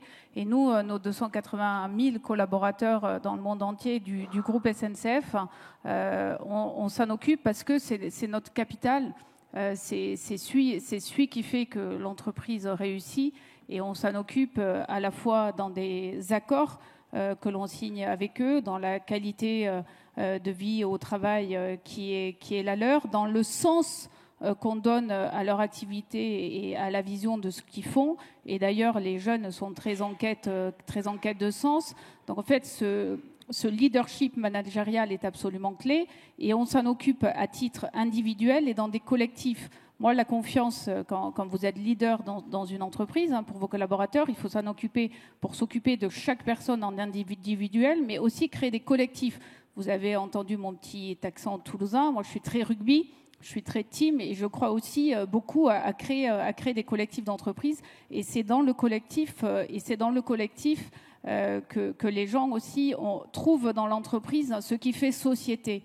Et c'est d'ailleurs toutes les questions sur le télétravail, le fait d'aller en entreprise, de faire société, d'être là physiquement, d'avoir des collègues. Vous, je suis sûre que vous rêvez d'aller rencontrer, quand vous allez rentrer en entreprise, vous êtes deux jeunes hommes, des gens, de faire collectif, de faire société. Et ça, c'est une vraie responsabilité de l'entreprise. Donc l'humain, c'est fondamental. L'humain, c'est fondamental, tout comme le client dans nos boîtes. C'est une vraie symétrie des attentions. D'ailleurs, certains disent à client heureux, collaborateur heureux. Mais oui, c'est la force de l'entreprise. Et je trouve ça bien qu'on y revienne à ce moment de cette table ronde. Bien sûr. C'est tout aussi bien de rappeler que le rugby, c'est le seul sport qui vaille, évidemment. J'imagine que tout le monde a vibré hier soir, il y a intérêt. Thierry, je vous ai vu prendre quelques notes. Ouais, j'ai envie de vous dire, on a deux jambes dans le système. On a beaucoup ce matin parlé des chefs d'entreprise, mais évidemment la deuxième jambe, c'est les collaborateurs. On dit d'ailleurs un des adages, c'est de richesse que d'hommes et de femmes, parce que tu peux avoir la plus belle des stratégies, si à un moment elle n'est pas embarquée par les collaborateurs et les chefs d'entreprise, ça ne marche pas. On est en réelle compétition pour attirer les talents. On parle d'une guerre commerciale, mais évidemment on veut les meilleurs dans tous les domaines, et donc là pour le coup c'est très bataillé entre Carrefour, Leclerc, Inter pour tout ça, et on est obligé de faire évoluer les choses. Je vous donne un exemple très simple. Notre siège, il est à côté d'Evry. Alors c'est très bucolique, c'est très joli, on a un parc. Il y a un lac. Bondoufle, c'est dingue. Tu le connais, hein? Oui, ils sont en pleine forêt, il y a des biches et des sangliers vraiment qui passent. C'est top. Donc il y a des petits signes et tout, c'est super. Mais quand tu sors de tes études et que tu as envie d'aller au boulot en vélo, ça va être compliqué. Donc on a installé une annexe à Châtillon pour mettre toutes les divisions digitales, justement, cybersécurité, parce qu'on sait que si on reste au siège là-bas, personne ne viendra et on ne va pas avancer. Donc on a évidemment évolué là-dessus, mais sur le sujet en fait collaborateur, en fait, on a une vraie différence, et c'est la force de ce collectif, c'est l'ascenseur social. C'est-à-dire que moi, je vous parle tout de suite des cadres, mais en fait, la réalité de mon entreprise, c'est 100 000 salariés sur le terrain. Et ce qui est extraordinaire, c'est que tu peux commencer comme étudiant et réellement, avec ou sans diplôme, le chef d'entreprise fait évoluer ses collaborateurs jusqu'à être directeur, ou mieux encore, parce que c'est tout ce qu'on peut proposer pour les plus audacieux, c'est un jour d'avoir son propre Intermarché et d'être chef d'entreprise. Donc ça, je trouve qu'on ne le fait pas encore assez savoir, parce que c'est la méritocratie, et je crois que c'est l'avenir. En tout cas, et il y a beaucoup de jeunes qui veulent entreprendre, donc on espère les attirer. Et c'est son histoire, c'est un ingénieur qui a mal tourné, il est devenu président du groupement Mousquetaire, mais vraiment, en plus, il a commencé comme étudiant, salarié, et puis le voilà président, donc c'est tout le mal qu'on vous souhaite, évidemment. Merci pour vos questions. Monsieur, merci pour la question. Le micro à la personne suivante. J'ai vu une main qui avait une crampe là-bas, je ne sais pas qui, allez-y, madame. Oui, allez-y, l'avant-dernier rang. Ah si, il y en aura une ici aussi, question. Madame, bonjour, je vous invite à vous présenter si vous le souhaitez. Bonjour, oui, bien sûr, Florence Gray. Alors, on ne vous entend pas, mais on va vous entendre. Ah, vous ne m'entendez pas. Là, ça va mieux? Ça ira mieux, oui. Voilà. J'avais une question, parce qu'on parlait beaucoup de nouveaux modèles internes à l'entreprise, quelque part. Moi, je crois vraiment que l'entreprise peut beaucoup apporter en tant qu'acteur au sein de la société pour le monde de demain. C'est-à-dire qu'il y a un équilibre qui, me semble-t-il, ne se fait pas au niveau macroéconomique de façon vraiment satisfaisante. Je pense au fait que l'économie de marché rémunère dignement que finalement ce qui est rentable. Le reste, ça relève évidemment du financement par l'impôt. D'où peut-être un problème de sens parfois pour les contribuables, etc. Alors que si on envisageait justement que l'équilibre se fasse à l'avenir au niveau microéconomique, c'est-à-dire au niveau de l'entreprise, par exemple parce que l'entreprise effectivement crée de la valeur. Je vais vous amener à votre question, madame, si vous voulez bien. Pardon ? Je vous amène à votre question, si vous voulez bien. Oui, ben justement, j'y viens. Et donc, en fait, si on considère que l'entreprise qui crée de la valeur pourrait aussi avoir un aspect humanitaire, c'est-à-dire avec la forme d'une holding, et bénéficie aussi de facilités évidemment fiscales. Ça, est-ce qu'on pourrait considérer que c'est un nouveau modèle viable et envisageable à l'avenir, mais de manière plus récurrente que ce que ça existe aujourd'hui, de manière à... Enfin, vous comprenez ma question, je ne sais pas si j'ai assez développé. Ils vont vous le Ouais. dire. D'accord. Voilà. Et quels seraient les obstacles à ce que ça puisse se généraliser? La prof d'économie vous répond. Voilà. Non, mais- Merci. Merci, madame. Alors là, c'est assez politique et c'est sens général et ça peut être des choix politiques. Mais enfin, quand même, aujourd'hui, les entreprises, même si elles agissent, hein, et quand la SNCF, sa raison d'être, c'est agir pour une société en mouvement solidaire et durable, ça veut dire qu'à l'intérieur de ça, il y a tout un tas d'actions. Moi, j'étais cette semaine au Salon des maires pour valoriser une action qu'on a avec des tigistes qui sont des gens qui sont en réinsertion dans la société. On en embauche 150, on en accompagne 150 chaque année. En tout cas, nos sociétés agissent. Elles agissent pour des sujets de solidarité. Aujourd'hui, dans les gares, le soir, on s'assure par exemple que les SDF repartent dans des centres sociaux et on a 70 associations qui travaillent avec nous. Ça, c'est de la vraie solidarité. Et puis durable, on s'assure aussi de ressembler à la société en grand sur tous les sujets de mixité, sur les sujets de handicap. Et en matière d'écologie, on agit aussi. Donc je crois que l'entreprise, après, il peut y avoir tous les sujets d'impôts, mais ça c'est infini en termes d'échanges politiques qu'on pourrait avoir. Et comme de toute façon, ce sont des sujets d'actualité qui tendent, qui sont débattus aujourd'hui. Il y a plein d'idées derrière. Mais ce sur quoi je veux vous rassurer, c'est que dans le micro de l'entreprise, c'est pris. Aujourd'hui, l'entreprise, évidemment, elle va chercher à faire du profit. Mais quand j'entends l'ensemble de mes voisins depuis le début de cette intervention, j'entends que chacun essaie de trouver aussi des solutions pour la société. Quand on disait tout à l'heure de pas faire, de manger, de plus importer certains produits, mon voisin, eh bien évidemment, c'est une action qu'il n'est pas obligé de décider, hein, parce qu'on pourrait manger des mangues tout au long de l'année. Ouais. Et à un moment donné, s'il décide qu'il n'y a plus de mangue à Noël, il n'y a plus de mangue à Noël, on mangera des clémentines. Mais c'est vrai que c'est... Et donc, soyez assurés de ça quand même. Et l'entreprise ne peut pas non plus tout porter. Chacun a son domaine de responsabilité entre l'individu et entre l'entreprise. Mais l'entreprise fait déjà beaucoup. Franchement, l'entreprise fait déjà beaucoup et ces raisons d'être qui sont portées, regardez les raisons d'être de chaque entreprise, plus elles évoluent, plus je vois des choses, moi, qui vont vers la diversité, vers l'inclusion, vers l'écologie, vers toutes ces transitions dont je parlais en introduction de mon propos. Donc, ayez confiance là aussi. Je crois qu'on peut avoir confiance dans l'entreprise pour être une juste représentation du monde et non pas uniquement... Alors, évidemment, il va y avoir quelques actionnaires qui vont tirailler à fond vers la valeur. Vous allez avoir des fonds à des moments qui vont tirer vers la valeur. Mais quand même, aujourd'hui, je trouve que chaque dirigeant que je rencontre porte ces sujets-là au maximum de ce qu'il peut avec les leviers qui sont les siens. Bien sûr. Un jour, s'il est légiféré qu'un impôt peut aider, il aidera. Mais l'argent n'est pas magique. Je ne suis pas sûre qu'aujourd'hui, on arrive à trouver des moyens partout pour le faire. Merci de le rappeler ici. Sidney, je vous ai vu réagir. Non, je rejoins tout à fait Marlène. Je pense que ça a énormément évolué ces dernières années dans le bon sens. On atteste l'explosion là, des entreprises à mission, des entreprises à impact, des entreprises bicorp. Enfin, il y a quand même une série aujourd'hui de schémas pour les entreprises et qui vont dans le sens de la responsabilité sociale. Et je pense que c'est une bonne chose. Puis je reviens à un commentaire que j'ai fait tout à l'heure. Est-ce que ces directions sont animées avec énormément de sincérité ou est-ce que c'est parce que ce sera bien vu du marché? Finalement, est-ce si important? C'est le résultat qui compte. Donc je pense qu'aujourd'hui, effectivement, toutes les entreprises prennent le bon sens et de manière positive. Beaucoup font énormément justement sur les sujets qu'on a rappelés de CRD, de sustainability et plus globalement de responsabilité sociale. Et voilà, je trouve qu'aujourd'hui, même si ça répond à une demande du marché, ben c'est bien aussi. Voilà. Hervé ? Non, mais je crois qu'on n'a pas attendu d'avoir des normes pour avoir une responsabilité sociétale.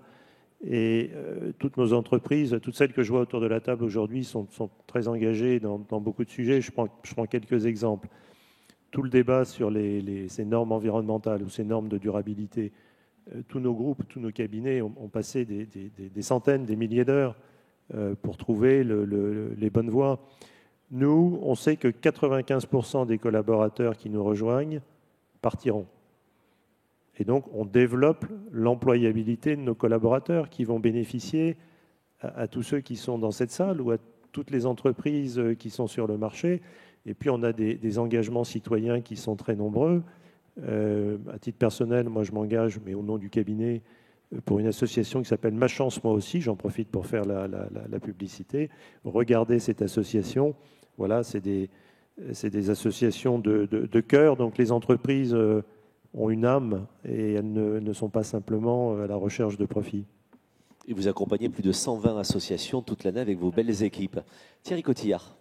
Ouais, je partage ce que tu dis, Marlène, dans le sens où tous les grands groupes ont des raisons d'être. Nous, c'est apporter le mieux-être justement au plus grand nombre. Et je crois aussi dans une nouvelle génération de dirigeants. C'est-à-dire qu'on a aussi un virage qui est en train de s'opérer pour être RSE au sens large. Alors, je ne suis pas en train de vous dire qu'Intermarché est en train de devenir une entreprise à mission, mais on a des vraies réflexions et je vous en donne une. Alors, on a parlé de la fiscalité, mais je crois qu'on a loupé le débat du sujet du salaire et des bas salaires en France. Donc, je sais que j'ai pris position pour dire je crois qu'il faut augmenter le SMIC. Alors, ce qu'on n'attend pas d'un patron, hein, comme position en général, mais je l'assume totalement. Exotique. Je l'assume totalement parce que dans nos secteurs où on sait qu'il y a pénibilité, mais il y a aussi des gens passionnés. On a mis en place depuis très longtemps le 13e mois. Et le 13e mois, en fait, ça fait quand même la diff. C'est-à-dire le 1 400 €, ça se transforme en 1 600 €. Et quand vous êtes à ces salaires-là, quand on connaît le coût de la vie, quand on sait ce qui vient de se passer sur l'alimentaire, on a quand même pris 20% et on ne reviendra jamais en arrière, le fait de se dire il y a quand même des secteurs d'activité où ça a l'air de bien aller et le sujet de la répartition de la valeur ferait sens et que ce 13e mois généralisé à d'autres secteurs où ça se porte bien, ça aiderait certainement. En tout cas, ça soutiendrait aussi la consommation.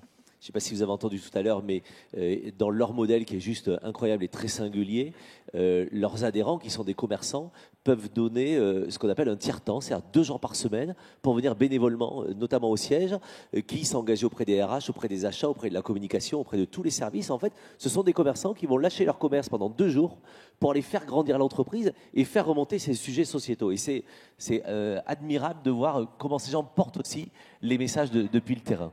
Merci Madame en tout cas pour cette question qui a suscité. Madame avait la main levée depuis tout à l'heure et puis ensuite au fond aussi. Tiens, vous avez le micro, allez-y, je vous en prie, pendant qu'on apporte votre micro. Bonjour. Bonjour. Je vous invite à vous présenter. Bonjour Nicolas, Valérie Albouch, Bonjour. B6. Merci beaucoup pour cette table ronde. C'est une question qui est complémentaire à la question précédente. Monsieur Elias, vous avez parlé d'augmentation des budgets de recherche. Je voudrais savoir si cette recherche, donc ce qui construit demain, est orienté valeur financière et orienté responsabilité sociétale et environnementale, ou les deux en même temps, ce qui serait vachement bien. Il y a une partie de la réponse dans la question. Hervé. Oui, alors, nous, on a une position particulière dans ce débat sur la sustainability. C'est que vous savez que l'Europe a souhaité être fer de lance dans le cadre de son projet de relance et a adopté un cadre de reporting qui fait d'ailleurs pas mal débat en ce moment sur sa portée, qui s'appelle la CSRD, qui consiste à ce que plus de 50 000 entreprises en Europe, demain, reportent avec la même précision sur des éléments non financiers qu'ils le font sur des éléments financiers. Et ça fait débat parce qu'effectivement, c'est un cadre qui est assez complexe. Donc, nous, on a considérablement investi parce que on a 18 000 auditeurs qu'il faut aujourd'hui former à la CSRD. Et donc, c'est un investissement considérable parce qu'on doit à la fois... Alors, les grands groupes que vous représentez aujourd'hui sont très préparés à cette mutation, mais quand on parle d'ETI, puisque ça va s'appliquer aussi à des ETI, certains n'ont pas encore de programme ESG ou de politique ESG construite. Donc, à la fois, on doit les accompagner en conseil, mais on doit également être capable, demain, de certifier l'ensemble des indicateurs CSRD des grands groupes. Donc, pour nous, c'est un investissement considérable que l'on fait. Ensuite, on a des recherches qui sont des recherches qui visent à anticiper les ruptures de modèles. Je veux dire, notre profession, on le sait, Et tous les instituts de recherche vous le disent, on a beaucoup de chiffres, on a beaucoup de données. Et donc, nous serons potentiellement les plus impactés par l'intelligence artificielle. Donc, on est à la recherche, et vraiment au sens recherche et développement du terme, des ruptures de modèles qui font que demain, la façon de faire un audit ou la façon de donner du conseil, et j'ai cité l'exemple des consultations techniques chez nous, oui, sera fait de manière complètement différente. Voilà. Donc, ça répond aussi à votre question d'une recherche aussi pour rester compétitif et concurrentiel sur le marché. Merci. Et pour la question et pour la réponse. Madame, bonjour. Bonjour, Lara Moutin, Altavia. Parlez bien dans le micro, s'il vous plaît. Donc, Lara Moutin, Altavia. J'aurais adoré vous avoir comme prof d'économie, ça c'est certain.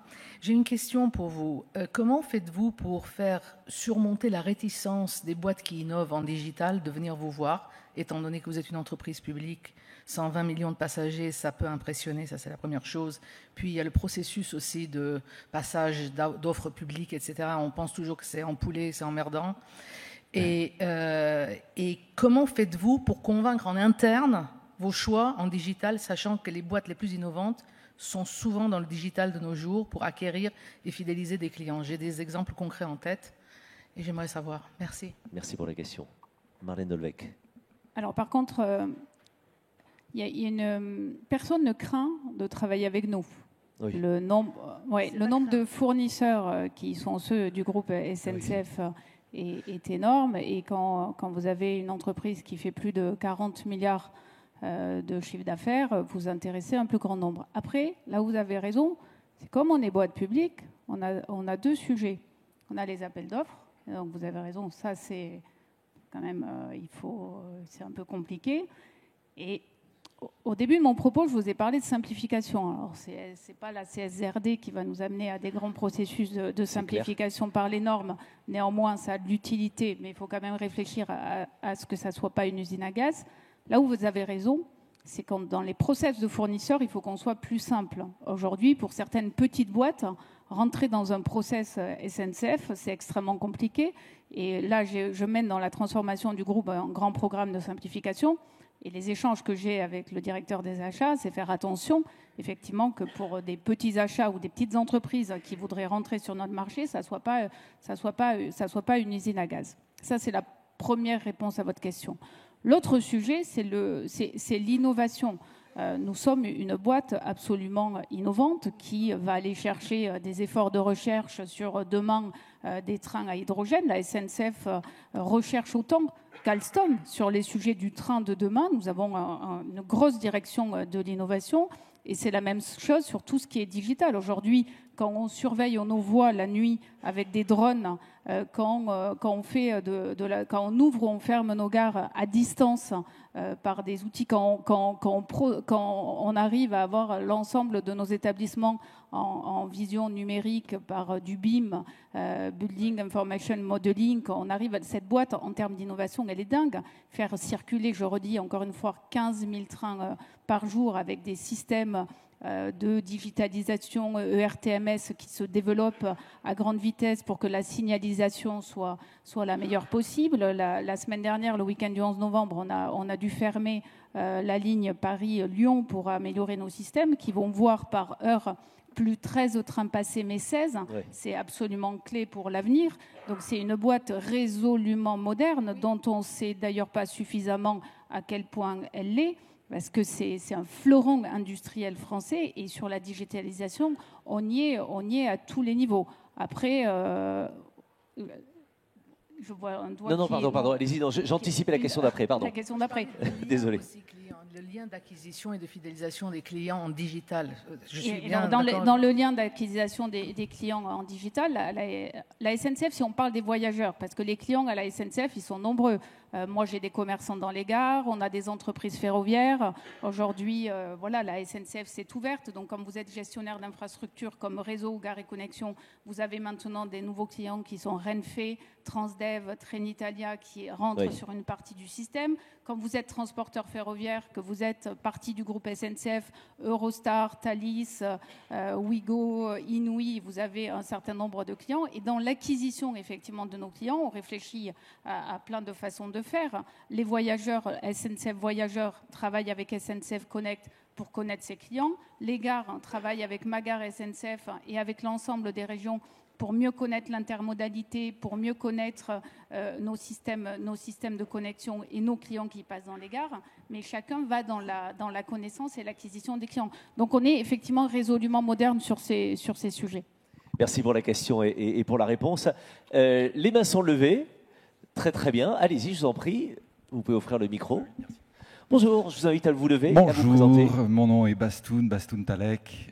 Mon ikigai consiste à réconcilier les gens avec le travail et j'emploie pour ça une technologie sociale qui s'appelle holacratie. Voilà d'où je parle et ma question est la suivante.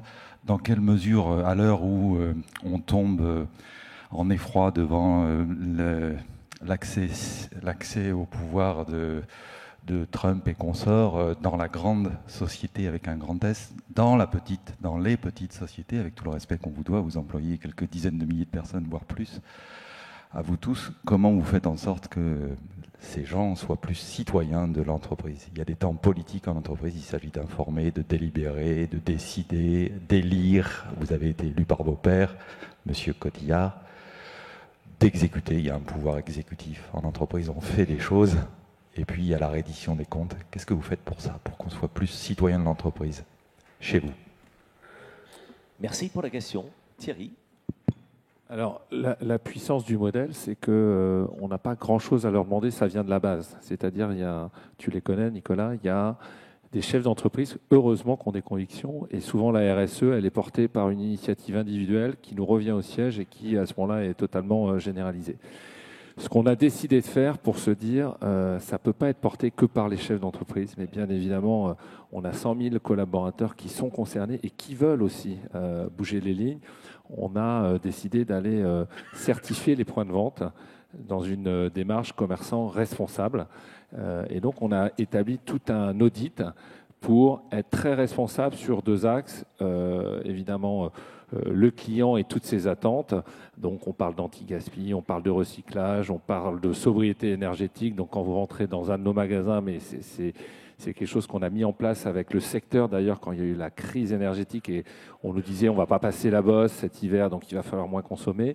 Je présidais Périfem à l'époque et on a tous décidé avant 10 heures on va baisser l'intensité lumineuse, on va arrêter d'envoyer autant de clim l'été et puis on va surtout éteindre pour la symbolique les enseignes à la fermeture du magasin. Donc il y a eu bien évidemment des tas de choses qui sont à destination du consommateur et de ses attentes RSE, mais il y a aussi tout l'axe qu'on veut avoir avec les collaborateurs qui eux-mêmes veulent être acteurs de tout ça et qui sont impliqués et qui proposent dans cette grille de nouvelles dispositions pour avancer. Et ça, c'est la meilleure des choses. C'est-à-dire qu'une initiative à Toulouse va nous être remontée, on va se dire ça va faire partie de la trame nationale. Donc ils sont acteurs en fait et c'est ça qui est super. Merci. Périfem, c'est la Fédération technique du commerce. Hervé Elias. Oui, alors nous, on a un modèle qui est un peu celui de Thierry, puisque notre capital est détenu par les 1200 associés que nous avons dans 104 pays.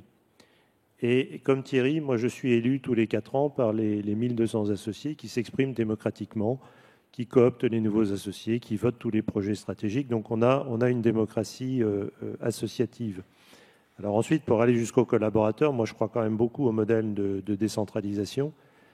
On essaye de décentraliser dans nos pays et nos pays essayent de décentraliser sur les projets. Et la maille du projet chez nous, c'est le client. Bon. Et ça suppose aussi d'avoir un cadre et des règles en centrale qui soient extrêmement clairs. C'est-à-dire que la liberté et la décentralisation, c'est pas faire n'importe quoi. C'est agir au sein d'un cadre qui est établi, qui fixe les règles et qui laisse la décentralisation s'opérer. Merci pour ça. Une question dans la salle. Je vois une main levée là-bas. Ou Madame l'avait depuis tout à l'heure, pardon. Je vois Madame ici, continuez à la lever. Oui, vous, allez-y, parce que je vois que ça fait 30 minutes que vous avez la main levée. Quand même pas. Une crampe, exactement. Bonjour. Bonjour, Alexia Saumon. Moi, ma question porte plus sur la France. Vous êtes tous les 4 à la tête de géants français. Comment vous voyez l'avenir pour l'entrepreneuriat, la France, par rapport à la montée de l'Inde, de la Chine, etc. Et vous parliez, M. Cotillard, de transmission. M. Elias, vous parliez de R&D. Comment vous voyez la France continuer d'être un pont et un modèle dans le monde dans les prochaines années? Merci. Merci. Réponse courte, s'il vous plaît, tous les 4. Oui, alors moi je suis effectivement patron du groupe. La France fait 20% de l'activité. Quand j'ai commencé ma carrière, elle en faisait 97. Donc on voit toute la marge. La Chine, non, la Chine ne ralentit pas. J'y vais régulièrement. La Chine, au contraire, continue d'aller très vite. Les États-Unis vont très bien. L'Inde se développe extrêmement rapidement. En revanche, je suis inquiet pour l'Europe. Je pense que l'Europe a des freins dans son fonctionnement même qui l'empêchent d'aller plus vite. Et je suis inquiet sur la France où, pour la première fois, parce que l'économie était bonne, hein, moi je trouve que l'économie était bonne, là je la trouve quand même marquée un peu un ralentissement depuis quelques semaines. Merci de nous plomber le moral. Sidney Palti, peut-être, pour répondre à madame. Je ne sais pas si je vais améliorer. Non, nous, la France aujourd'hui, c'est 50% de notre revenu, donc c'est un marché qui reste très important. En revanche, c'est sûr, il faut admettre que notre grosse traction en termes de croissance, c'est plutôt en Asie, c'est plutôt au Middle East. Ça, c'est un fait. Maintenant, personnellement, je crois beaucoup à l'export de talents. On en a parlé tout à l'heure. Je pense qu'on a des talents incroyables en France. Et aujourd'hui, en tout cas à notre petite échelle, hein, je pense qu'on doit être la plus petite entreprise ici, là, on n'a pas vraiment encore exporté les savoir-faire qu'on pouvait avoir en France ailleurs. Et ça, c'est un nouveau relais de croissance auquel on n'avait pas forcément pensé. Et là, on commence à avoir une vraie aspérité, notamment en Chine, on en parlait, donc on est aussi présent en Chine. Bon, la French Touch en Chine, quand on travaille sur des métiers de luxe, par exemple, ça a un vrai impact. Bien sûr. Et pareil, ce que je ne soupçonnais pas aussi, au Moyen-Orient, on est aujourd'hui très présent et de plus en plus présent. Et on a des francophones, voilà, qui se sont exportés là-bas avec une réelle attractivité. Donc, je ne sais pas si c'est la solution pour tout le monde. En tout cas, pour nous, c'est quelque chose qui marche. Donc, j'incite tout le monde à étudier le terrain. Une dernière réaction, peut-être ? Marlène, on le dit rarement, mais vous avez, vous, des talents incroyables qui sont demandés dans le monde entier. C'est-à-dire que nos savoir-faire ferroviaires sont demandés sur tous les continents. Et on ne le sait pas, mais on a nos cheminots nos ingénieurs notamment, qui vont accompagner beaucoup de pays pour l'installation justement de leur système ferroviaire. Oui, on est par exemple avec une filiale du groupe SNCF à 100% maître d'œuvre de beaucoup de gares chinoises. Oui. Donc, mais sur tous les domaines d'activité, et particulièrement la partie de nos activités qui sont internationales. Sur le sujet économique dont on parlait tout à l'heure, je crois qu'il faut toujours continuer à agir sur notre compétitivité en France. Moi, je suis un petit peu plus optimiste, mais c'est peut-être de fait. Je crois qu'on a fondamentalement besoin de retrouver de l'harmonie en France dans beaucoup de clivages. Et si déjà tous ces clivages faisaient qu'on allait comprendre un peu mieux notre pays et nos modes de fonctionnement, on trouverait là encore de nouveaux leviers de croissance indéniablement. Après, le monde est évidemment compliqué. Et on voit très bien que ça continue à se développer ailleurs dans le monde. Mais là encore, on a quelques sources de compétitivité à aller chercher. Donc je suis assez optimiste de fait. Et je pense d'ailleurs que ça nous fait du bien de l'être. Parce que plus on l'est, plus on a des leaders engagés qui croient aussi en leur économie, en leur pays. Et ça ne fait pas de mal, voilà, dans le pays aujourd'hui. Maintenant, je partage évidemment ce que disent ceux qui sont sur des marchés qui se développent plus à l'international qu'en France. Bien évidemment, sûr. Et ça, c'est le client. Et si la valeur, elle se trouve ailleurs, elle se trouve ailleurs. On a dit beaucoup de choses ce matin, mais je voudrais inviter chacun de nos intervenants à nous offrir le mot de conclusion. Ce n'est pas 14. Hein. On a parlé de confiance, on a parlé de choses qui, sans angélisme, mais quand même nous permettent de voir le verre à moitié plein. Avec quel mot vous souhaiteriez que l'on reparte les uns et les autres ? Sidney ? Je suis premier. Non, moi, mon constat là, après cet échange, c'est que la confiance, en fait, elle est omniprésente dans n'importe quel type de relation, des relations commerciales avec des fournisseurs, avec des clients, avec des collaborateurs. Et je pense que moi, ce qui me vient là en premier lieu à l'esprit, c'est qu'elle est aussi c'est pas un prérequis en fait, c'est une conséquence qui se prouve. La confiance, ça se mérite. Et pour ça, je pense qu'il faut avoir une vision long terme, et ça tombe bien. Nous, en tant qu'entreprise familiale, c'est notre credo. Et donc, je suis très content d'être dans cette lignée. Vous avez utilisé 88 mots, mais je vous les autorise. Hervé, Elias, j'ai pas compris l'exercice. Votre mot de la fin. Moi, j'ai eu un peu plus de temps pour me préparer. Moi, je dirais solidarité, parce que quand on regarde le thème, il y a des évolutions de modèles qui sont extrêmement profondes, et si on veut maintenir la confiance, il faudra rester solidaire. Thierry Cotillard. 40 mots.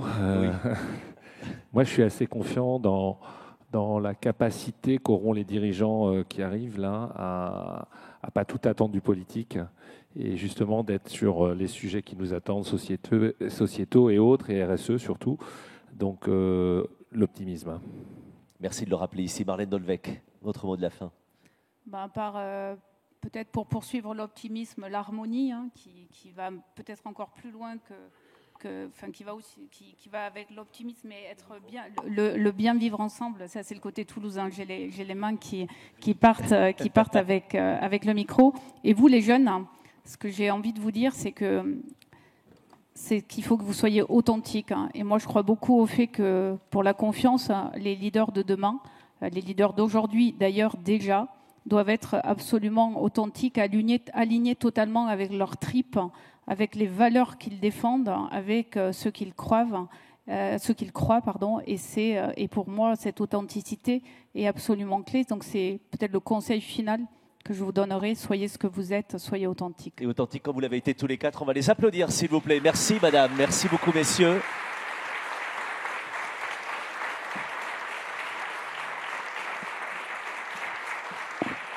La déclaration d'amour à l'économie aux éditions de l'Aube. On remercie nos équipes techniques formidables qui vont passer tout le week-end ici, les équipes de la Cité, nos super photographes. On vous souhaite une joyeuse journée, un joyeux week-end et surtout ne soyez pas sages, ça sert à rien. Bonne journée.